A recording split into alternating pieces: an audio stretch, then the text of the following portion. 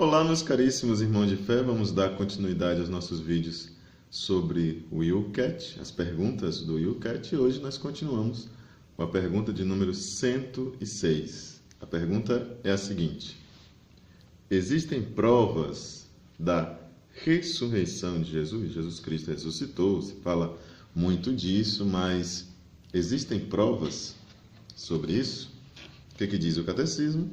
Que em sentido científico natural não há provas da ressurreição de Jesus, ou seja, no sentido próprio das categorias, das exigências que a ciência impõe para que algo seja considerado prova, né? Para que algo seja considerado científico, então não existem provas. Não tem como você repetir a ressurreição num laboratório, por exemplo.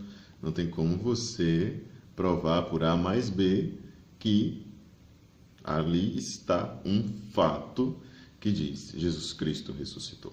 Ponto. Não há. Há, porém, testemunhos individuais e coletivos muito fortes de um grande número de pessoas que presenciaram os acontecimentos em Jerusalém. E isso era muito conveniente para o propósito de Deus, para o propósito de Jesus Cristo, porque quando ele constitui testemunhas da sua ressurreição, ele chama a todos aqueles que não são essas testemunhas para a fé. Você escuta o testemunho, desde que foi constituído como testemunha fiel da ressurreição, então você é chamado a ter fé nesse testemunho. Mas você não tem como dar uma prova para que o outro acredite. Você simplesmente dá o testemunho de uma experiência que se verifica no âmbito da fé.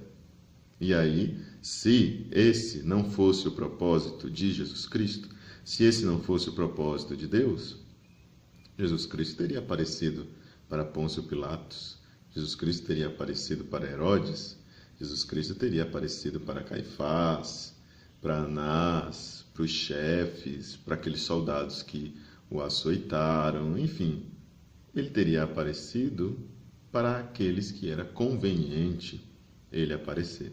Por que ele não aparece para estes? Porque seria muito fácil converter as pessoas. As pessoas seriam praticamente que obrigadas a acreditar em Jesus Cristo, porque ele está ali diante deles. A criatura acabou de mandar matar o homem, 3 dias depois ele aparece ressuscitado. Eles não ouviram, eles não viram Jesus Cristo, somente aqueles que tiveram o privilégio, a honra, a dignidade, né? Aqueles que tiveram esta alegria de o ver ressuscitado foram os seus discípulos, os seus apóstolos e todos aqueles que, de certa forma, foram dignos de ouvir a pregação apostólica e participar desses eventos, né?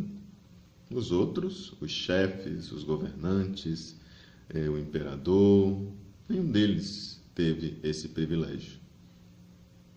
Logo, nós percebemos que o propósito de Deus é um propósito que quer chamar à fé, ao testemunho da fé.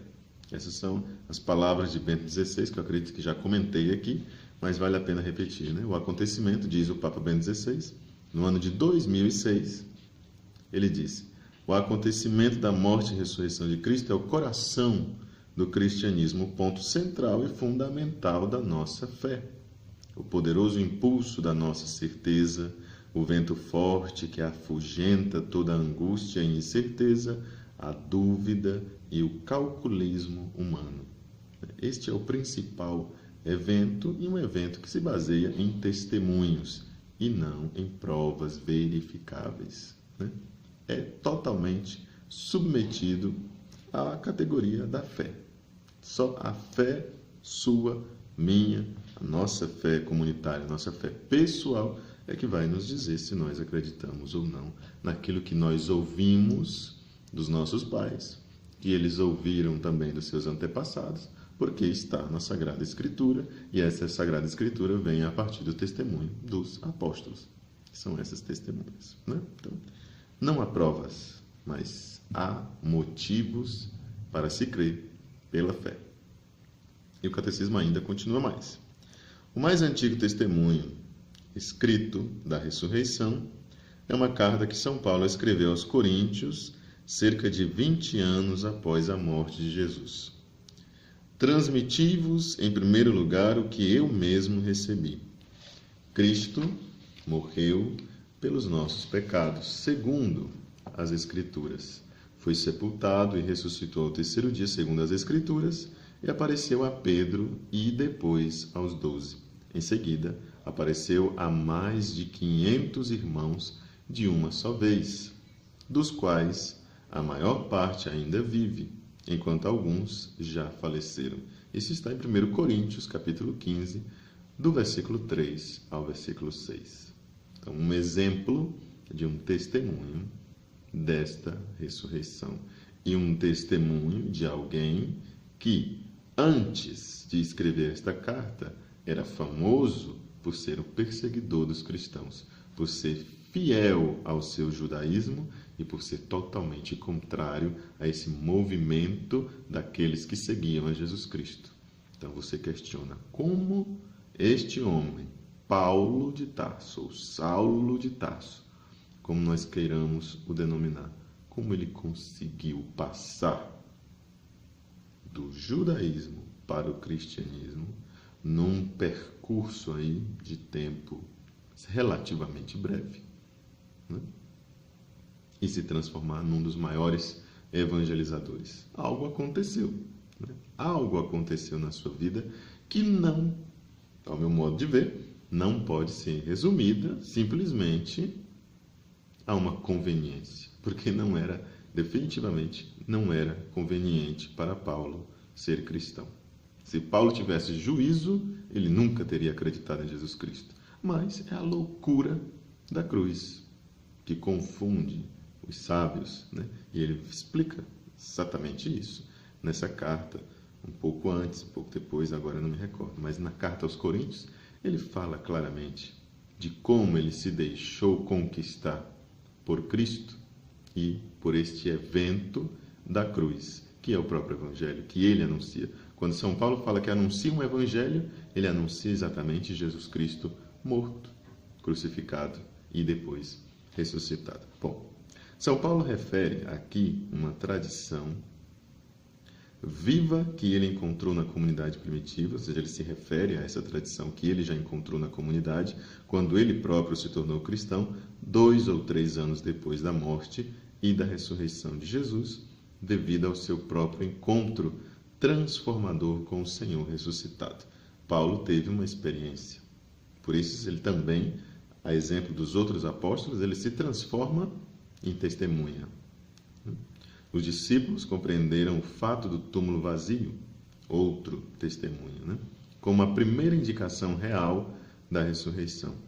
Foram precisamente umas mulheres, cujo testemunho era inválido para o direito de então, que o descobriram. Embora se diga que já o apóstolo São João, no túmulo vazio, viu e acreditou, a certeza de que Jesus vivia só se consolidou mediante uma série de aparições. Os múltiplos contatos com o ressuscitado terminaram com a ascensão de Jesus ao céu. Contudo, os encontros com o Senhor vivente, com o Senhor vivo e ressuscitado, continuam até hoje, o que demonstra que Jesus Cristo ainda vive, né? Uma belíssima apresentação teológica, resumida, é claro, mas que nos mostra qual é a fé da igreja. A igreja crê naquilo que creem os apóstolos, naquilo que nos apresentou Jesus Cristo, crê que Ele ressuscitou, que Ele está vivo, que Ele continua vivo e operante pela sua igreja, pelos seus sacramentos, pelo seu Espírito, pela sua ação que está presente em diversos lugares. O documento de Aparecida nos fala sobre estes lugares do encontro com esse Jesus Cristo vivo, e isso está lá a partir do número 243, do documento de Aparecida em diante, onde se fala que nós encontramos Jesus Cristo na comunidade local, na igreja, nos sacramentos, de modo especial na Eucaristia, na Palavra de Deus, na Sagrada Liturgia, que de certa forma abrange também os sacramentos e na vida dos santos, no irmão, no pobre, no necessitado, no sofredor e na piedade popular. E ele vai apresentando os lugares onde nós podemos nos encontrar com Jesus Cristo. Podemos e devemos nos encontrar com Jesus Cristo. Agora, para concluir a resposta dessa pergunta que nós acabamos de ler aqui no YouCat, não existe prova da ressurreição. Não há como você dar provas da ressurreição, nem receber provas da ressurreição. Você é que tem que encontrar as razões da sua fé. Você tem que encontrar as razões para acreditar em Jesus Cristo, este Deus e homem verdadeiros que está vivo e age na nossa vida. Quer agir na nossa vida na medida de que você se abra a essa ação da vontade de Deus. Por hoje é só, meus irmãos de fé. Até amanhã com o nosso próximo vídeo e com a nossa próxima reflexão. Até lá!